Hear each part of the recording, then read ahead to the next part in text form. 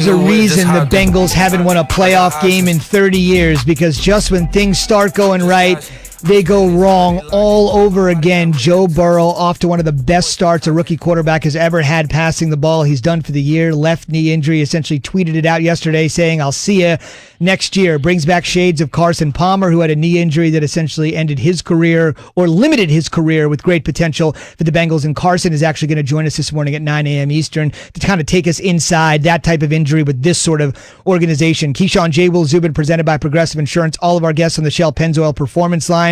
Dan Orlovsky to dig in on the NFL coming up in 15 minutes. Danny Orlovsky, Keys NFL Live partner. All right, so for everything that was going well for Joe Burrow that was stymied yesterday, nothing has gone well, as you know, this season for Carson Wentz. Yesterday, 2 touchdowns, 2 picks, sacked 5 times in a loss to the Browns.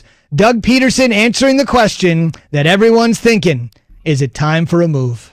You know, with the way the game was going and the elements, and we were just, really a score from putting ourselves back into this football game, I did not consider that. Okay, obviously considering would be moving out Wentz and moving in Jalen Hurts. Key, to give a little more context, he did say after the game when asked about it, because, you know, people want to know about it, so he was asked by the Philly media, a little nudgingly, I would say. He said, listen, it would send the quote-unquote wrong message to the team. That was his words. It would send the wrong message. What do you think? It would send the wrong message, because it's hard. It's not like in basketball or other sports, you could take a guy out and then put him back in and take him out, you can play that game. Mm-hmm. In football, at the quarterback spot, you can't play yo-yo with a guy, especially a guy that you've given $100+ million to, who was supposed to be your leader, your franchise quarterback. If you pull him and you just paid him all his money, and all of a sudden Jalen Hurts goes in there and balls out to a whole nother level, now you back yourself up in the corner now, because you're not going to go back to Wentz because a guy has got you on the move. Now you got the backup making $30 million. I mean, it just doesn't – you always follow the money when it comes to the quarterbacks in the quarterback situation. You got to follow the money. It's just not going to happen. Until the money starts to dry up, like a Joe Flacco with Lamar Jackson, the money was gone. He had already spent all the money. So he was like a little bit left in the cap space. And they was like, okay, we going with Lamar. We had intended on doing this anyway for the future. At what point do you decide to get a divorce, though? Because it feels like it's like you're in a relationship with somebody that is Dr. Jekyll, Mr. Hyde. And Key, you've always talked to me about the one thing you want, like the one thing you just sat up here and raved about Taysom Hill, was not turning the ball over, was being consistent. Being consistent. And my thing is that I understand that they're in contention, which is a whole other damn story about the NFC East. It's just abysmal. But the guy threw a pick six. It felt like, I think it was the first quarter the other day. It was just a horrible read. I mean, he's 14 interceptions and 14 touchdowns. At what point do you say, enough, I just can't take this anymore. I don't know what I'm going to get day in and day out, regardless of whether I paid him $100 million or not. It seems like it was the wrong move. Yeah. It was the wrong move to pay him the money. It's too late, though. They already gave it to him. I understand, but this doesn't mean that you can't. You said about the divorce, right? Yeah, get a divorce. You can't. Who's going to take him? Who wants him? Well, you got Jalen Hurts who's sitting there. If you getting a divorce, who wants him? I don't know. So let somebody else figure it out. No, nobody else don't want him. Why would you want to send somebody else your trash? You think there's other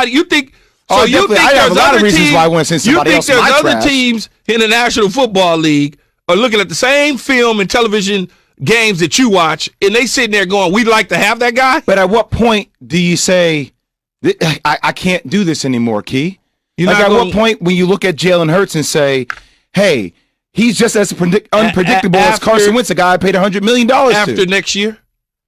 After next year, you'll look at him and go, yeah, I can't dance with him anymore. After next season in 2021, that's what they'll do.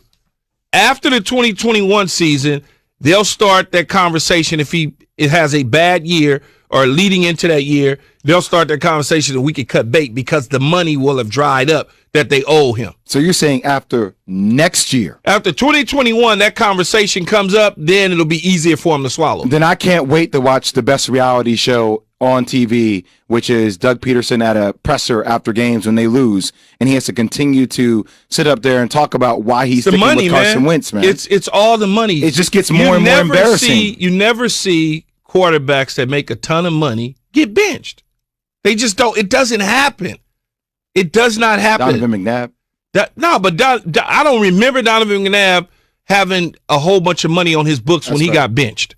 You got to remember what I'm talking about now, Jay. I'm talking about real money that's owed to you, not funny money on the cap situation. I'm talking about real money. He's owed real money. They're just not going to do it right now. Bucky, if you no matter how bad he's playing. If you were an executive, though, you're gonna just ride it out. Even if you gotta ride it out, nothing you can do. But you said you're like, all right, I made a bad decision. But what do you know about executives, Jay, that they don't like to admit? I know, but then they do wrong. Mistakes. Executives do not want to say, "Oh, I made a mistake." They don't want to do it. But how much praise would he get actually if he had to come into Christ's conversation and said, I did make a mistake. I made a mistake. It wasn't the right look, and now we're going in this direction. They're not going to do it, Jay. They're just not going to do it.